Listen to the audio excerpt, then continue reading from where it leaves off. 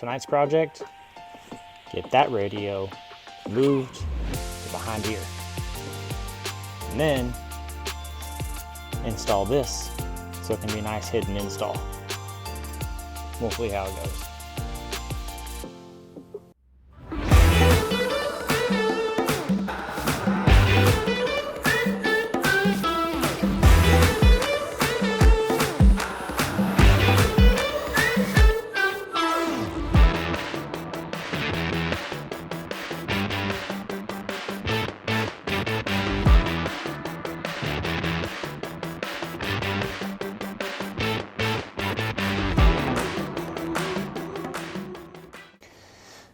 All right, got a Friday night project. So I am, well, first of all, let me just show you something that's really cool that hasn't happened in a really long time since we moved into our new place, but we got her inside the garage. So tonight, as I do my little project, we're gonna be working on moving that to where you can't see it. Get it behind here, do some pretty cool things with stuff like this, and that way it's a hidden install. The seat doesn't catch it. Sometimes when this gets slid up, it hits my cable and gets this cord all stuck, and we're going to change that a little bit. So stay tuned. Here we go. All right, so first things first, we're just going to disconnect the microphone. We're going to toss it over there for now. And then we're gonna get this out. If you've never pulled this out before in your Gladiator or Wrangler, there's two things. If you haven't disconnected it, there's this little bar over here, and you just have to slide that up. And you'll hear it snap, and then it will slide. See if I can do this and film this at the same time. Just kind of pops out. And then once you have that done,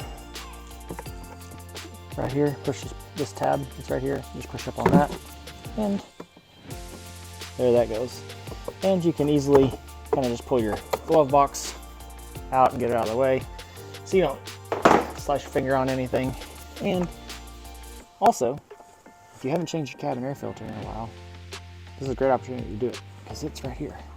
Just pull these two buttons, and I'm curious, I think it's been a really long time since I've changed it, so let's see. Ooh. Yeah, it's time to change that, dude. Lots of dust in there. All right, note to self. Get a new in-cabin air filter. Slide this back in.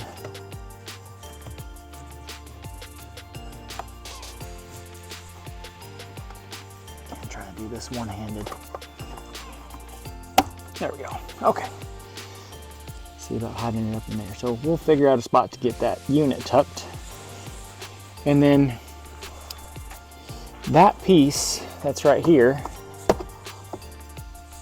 is actually a really big piece. This whole piece goes all the way across there, all the way up here. It's a pretty big dash piece. So we're going to get that out of the way, figure out how I can get my hand back here. And I know before we've just kind of stuffed like all the cords up here, but I know that there's a way to get this out. So we're going to figure that out. And we're going to get this drilled and tapped right in here. And we have this patch cable to connect to the unit once it's there. And then be done with our install. So in the meantime, let me figure out how I can get this piece off. And once I get that done, I'll show you guys kind of what I did. So, okay, let me save you all some time. You don't have to pull apart your dash. However, I would say you could leave this part of the console in, but removing the AC controller does allow you to see down in this little spot right here. And so I am going to do my best to show you why I want to be able to see down there. So, get the camera right down in there. Let's see. Is where you're going to be drilling. So there's no easy way to pull this section of the dash off, because this is done, that's hard connected, like it'd be a whole lot bigger ordeal. So I'm going to be looking down this hole here, all while I'm using my step-up bit on the side of the dash here. And so with this light, I'll be able to see right down in there and how far I've come through, and just enough to make enough room. This piece here, you can pretty much find these anywhere on Amazon. There's a bunch of them. Buddy of mine, Matt, actually had a few extras from his install, and so he threw one my way and get that done. And so I think we're going to put this section of the dash back in and then start the drilling. I've pulled this off of the bracket here where it was at. We're going to take that off here in just a minute. And there's a couple places I think I'm going to do. The cords were already kind of ran up right here they ran this direction across the center part of the console, and that's where they came down to here, and that's where they connected. So I've pulled them back and I've pushed them up and over the part, and then you can actually see the power cable is right here. That'll plug into this part of it, and then the antenna cable will plug into the back of it as well. All right, so this is where I think I've settled on it actually ending up. So it's just sitting in there. It's got plenty of space. Like I mentioned, I've got the actual mount that it comes with, and you can see the space there that it has, and it sits right there pretty well. There's a little bit of flop, but I think if I get some foam or something to stick on this side of the radio, it'll keep it pretty steady right here, and then it won't do this number. And I figured it will just settle once it gets in there. But it works out perfect because the power cable and the antenna cable will go right in their natural locations on the back of the machine, where they sit.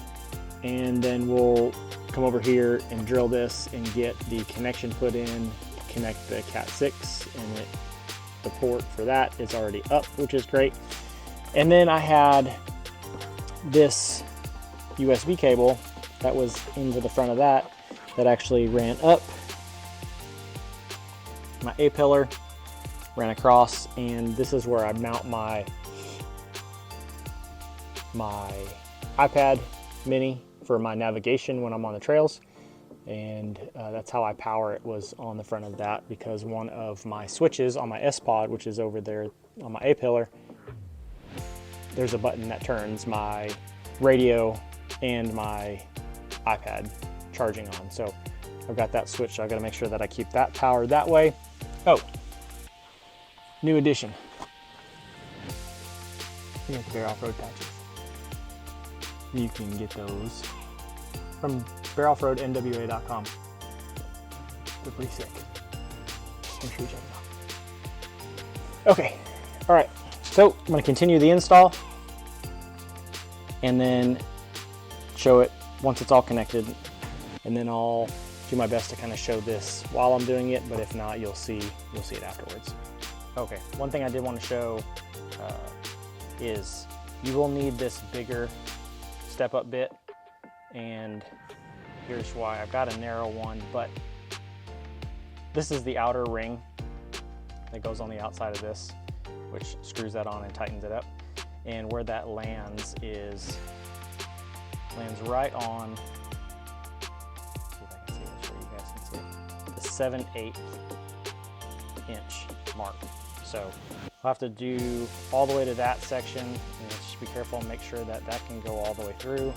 If not, I may have to find a shorter one that gets there quicker, or use a smaller one and round it out. But I'll be able to keep an eye on everything, looking through here as I drill in to make sure that I'm not going to hit anything. But so I just want to let you guys know that 7/8 inch outside diameter on those threads to make sure that it gets through. And I'll be checking it as I get closer, so I may stop at the one step before that, which is 3/4. Stop there, see if that fits. If it does, great, use it. If not, we'll have to continue on to the 7/8. So, all right, go time.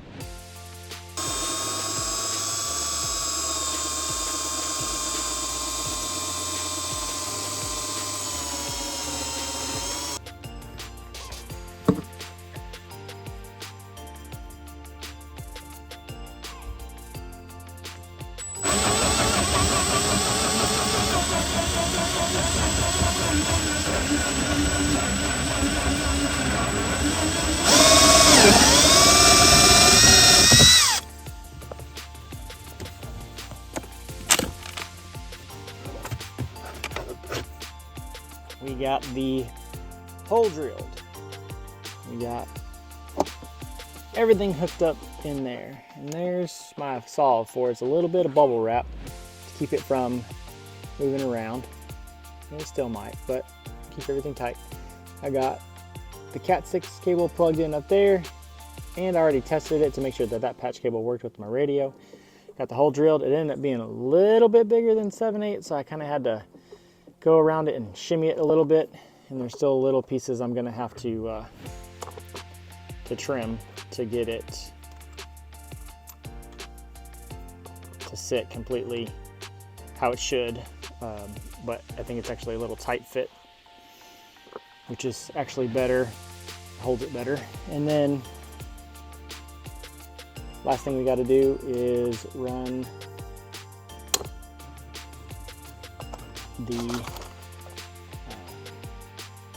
USB cable, plug it in, and then we got to put it all back together. We're getting closer, guys. We're getting closer. Okay, one thing to remember that I almost totally screwed up and forgot. Before you put this all in there, make sure that you go around the back side and stick this ring, which is the ring that holds that connection on the back side of this, on your Cat 6 cable, and then run your Cat 6 cable through the hole. Otherwise, you will have the thing in there and no way to tighten it down to make sure it doesn't move in your dash. So I had that USB cable coming down the A-pillar up into here, across here. So instead of pulling it all out and doing all that, I ran it up, and actually it goes over the air vent. And then I pulled it over and got it all connected there. So it's there, Cat 6 cable's there, it's connected. It's got this great little cover that we can just plug in there and make sure, keep the dirt and dust out of it while we're not using it. And we'll see how well it does. Doesn't seem to stay in there that great. But it's all installed there. Now let's get the glove box stuck back in.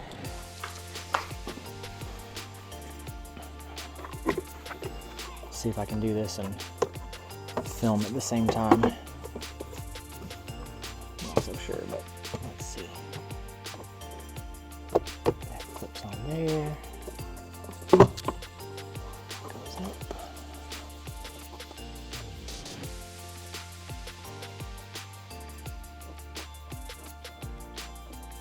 It's in there, and push it down so it's got that. And let's see if it. Sweet. Looks like everything closes up well. Man, that looks good. We got the dash all back together, so let's make sure. I got my GMRS iPad switch on. Let's take the radio.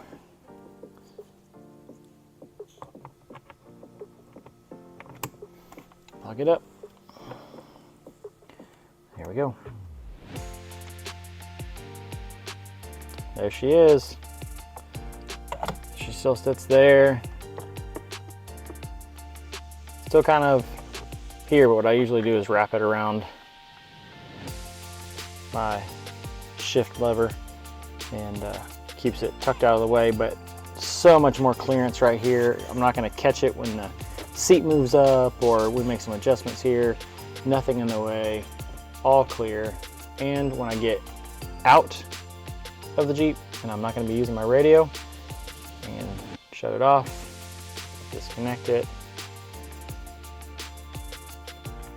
cover it up, get this out of the way, and we've got a nice clean install. So, if you guys have any questions, let me know in the comments, reach out, like, subscribe, share the video if you thought this was a cool install, and even if you didn't, maybe somebody you know could use that.